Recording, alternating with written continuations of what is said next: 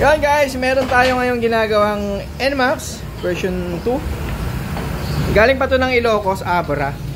Ngayon ang problema na ito, Colt 12 P0035 yung lumalabas dito sa check engine pag iniscan mo.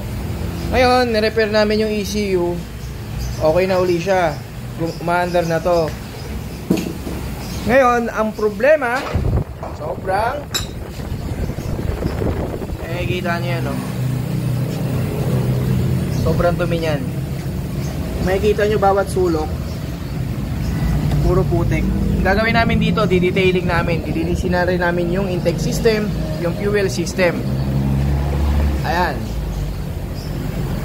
Dahil malayo yung may-ari nito, taga Ilocos pa, niluwas pa dito sa Rizal para lang mapagana yung motor. Ngayon mandal na siya, nililinis na lang namin siya. Papalitan namin yung mga dapat palitan dahil nagda-dragging na rin to.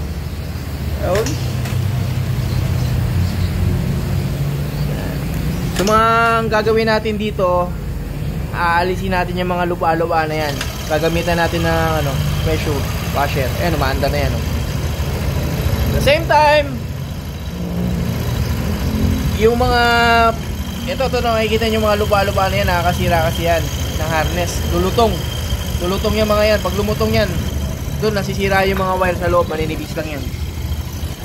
So, pinapreventa natin siya. Yun, balikan namin kayo